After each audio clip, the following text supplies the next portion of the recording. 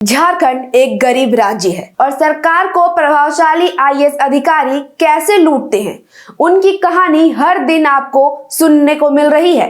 पहली तस्वीर पूजा सिंघल की निकली तो फिर छवि रंजन और अब राज्य सरकार में सबसे ज्यादा प्रभाव रखने वाले विनय चौबे के घोटाले की परते दर परते खुलती जा रही है। आईएएस अधिकारी को तो आप छोड़ ही दीजिए, उनके घर के नौकर भी भाई करोड़पति होते हैं। यानी बेनामी संपत्ति जब वो बनाते हैं तो ज्यादातर अपने परिवार के सदस्य, ससुराल के लोगों के नाम पर संपत्ति खरीदते हैं या फिर नौकरों के नाम पर भी संपत्ति खरीदते हैं, ताकि कभी जांच हो तो यह शक ना हो कि उनकी प्रॉपर्टी है, और अगर मामला कोर्ट तक जाए तो सीधे तौर पर वो आरोपी ना बन सके। आज हम आपको इस वीडियो में पूरा विस्तार से बताएंगे कि विनय चौबे कौन है, जांच कैसे शुरू हुई और अब तक क्या क्या खुलासे हुए हैं, इसके साथ ही किन किन लोगों के नाम सामने आए हैं। तो सबसे पहले बात करते हैं कि विनय चौबे कौन है।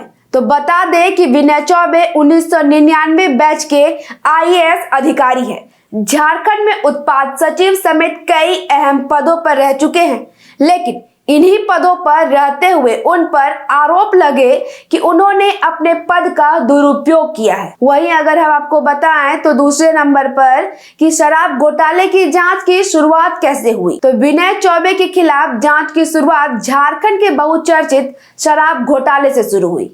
आरोप लगा कि नई शराब नीति कानून के दौरान नियमों को ताक पर रखा गया, इसके साथ ही चुनिंदा ठेकेदार और सिंडिकेट को फायदा भी पहुंचाया गया। एसीबी के अनुसार शराब दुकानों के आवंटन, कमीशन सिस्टम और सप्लाई बैन, इन सब में बड़े पैमाने पर अनियमितता बरती गई है। जांच में ये बात भी सामने आई कि नीति के जरिए करोड़ों का अवैध लाभ अर्जित किया गया।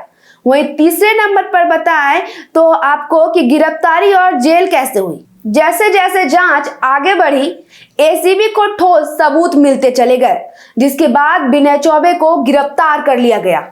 उन्हें न्यायिक हिरासत में भेजा गया और आईएएस सेवा से निलंबित भी कर दिया गया। एसीबी का दावा है कि पूछताछ के दौरान विनय चौबे ने कई सवालों के सीधे जवाब देने से बचे हैं और जवाब को गोल मटोल घुमाया है।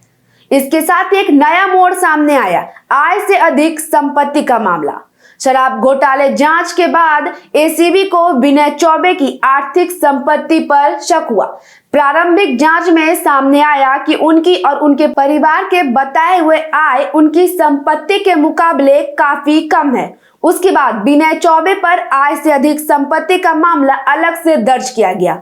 उसके बाद जांच में पता चला कि रांची और अन्य शहरों में करोड़ों रुपए के जमीन और फ्लैट खरीदे गए हैं। इनमें से कई संपत्ति तो रांची के पॉश इलाके में भी है। एसीबी के अनुसार इन संपत्तियों के बारे में संतोषजनक जवाब नहीं मिला। वहीं जांच का सबसे चौंकाने वाला मामला सामने आया कि अवैध संपत्ति को छिपाने के लिए विनय चौबे ने अपनी पत्नी स्वप्ना संचिता, साले शिपी त्रिवेदी और कुछ रिश्तेदार, निजी कर्मचारी, यहाँ तक कि नौकर के नाम पर भी अवैध संपत्ति खरीदी गई।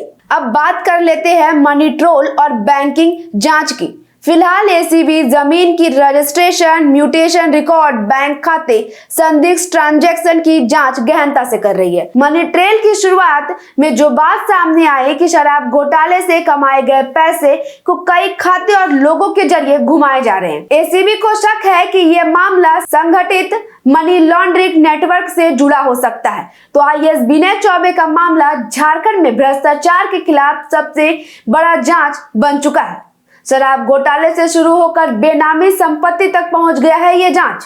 प्रशासनिक व्यवस्था पर कई गंभीर सवाल खड़े करता है। अब सबकी नजर इस बात पर है कि एसीबी की जांच आगे किस दिशा में ले जाती है और किन किन लोगों के नाम इस शिकंजे पे कसता चला जाता है। आप इस पूरे मामले को कैसे देखते हैं, अपनी राय कमेंट में जरूर लिखें।